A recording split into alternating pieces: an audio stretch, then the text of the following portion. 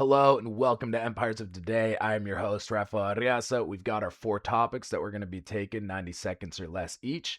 As you can see, my beard is thoroughly growing back. Let's see how fast it takes to get to full strength. But let's go ahead, start with Iran. So the talks are continuing.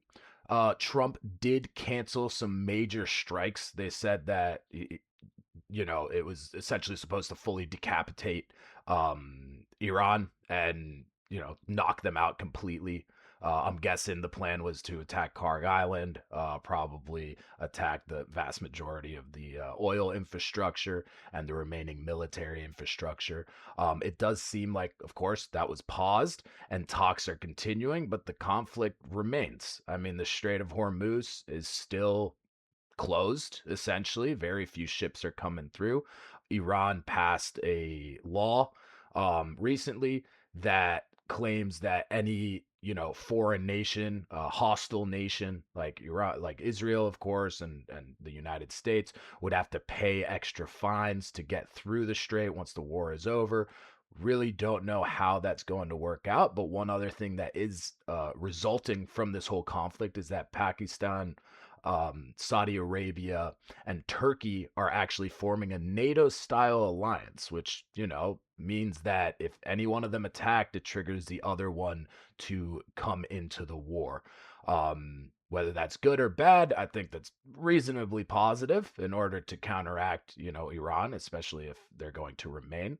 But for now, we just have to see how this continues to develop, pretty much like every other time. As far as what's going on in Spain, 80,000 migrants coming in from Morocco crossed into Spain. 60,000 people essentially occupied a city of Ceuta, which is technically in Africa. It is a Spanish enclave in Africa, right off the border of Gibraltar. And there is a serious, serious situation occurring from that where, migrants are essentially just spreading into Spain. It does appear that a good amount of them have either returned voluntarily or through the efforts of the Spanish government. But this is pure evidence that these extremely liberal policies in terms of immigration, which Spain, the Prime Minister Sanchez has been implementing and allowing for continued progression of the immigration and for people who are illegally in Spain to actually be given certain status. What this has led to is obviously massive migration into the country, which is also spreading through Europe. A lot of European countries are calling. They submitted a letter directly to the European Union claiming that this is unacceptable. And the fact is Spain has allowed for this to happen through its policies. To be clear on exactly what caused this, it was a policy through the Supreme Court. The Supreme Court ruled in accordance to a policy that the Spanish government had created that anybody coming into the country through the water, so there's 100-foot gap, I guess, that you can swim across to get to Ceuta, through the water cannot be turned back. If you come in through land, you can be turned back. Otherwise, you cannot be turned back. You actually have to go through due process in the country. That's what caused the situation. And obviously, this is something that absolutely has to change. Spain is going to have to figure out, hey, they've been trying, there's been attempted conquest for centuries of Spain. And Morocco clearly is attempting to get some political leverage from this situation.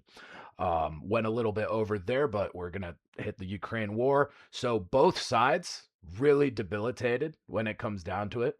Um, Ukraine has hit another one of Russia's wildberry warehouses. Wildberry is essentially the form of Amazon that exists in Russia, one of the main, most profitable companies in Russia. And they already have lost, I believe, 3 warehouses, and the Russian oil capacity has diminished by well over 30%.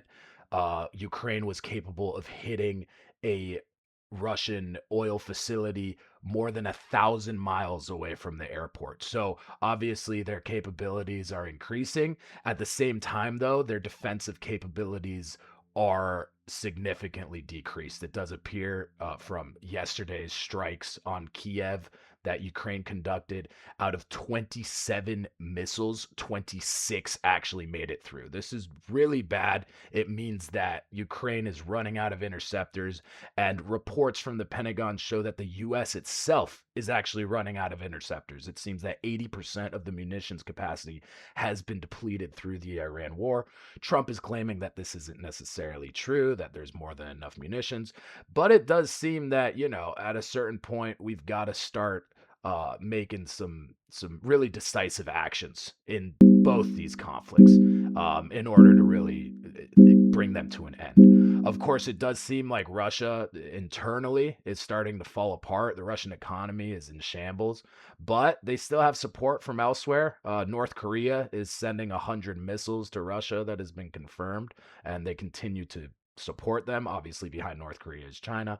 So, at this point, it has formed a pretty clear access of powers on both sides. And we just, pray and hope that the West wins this conflict in both arenas.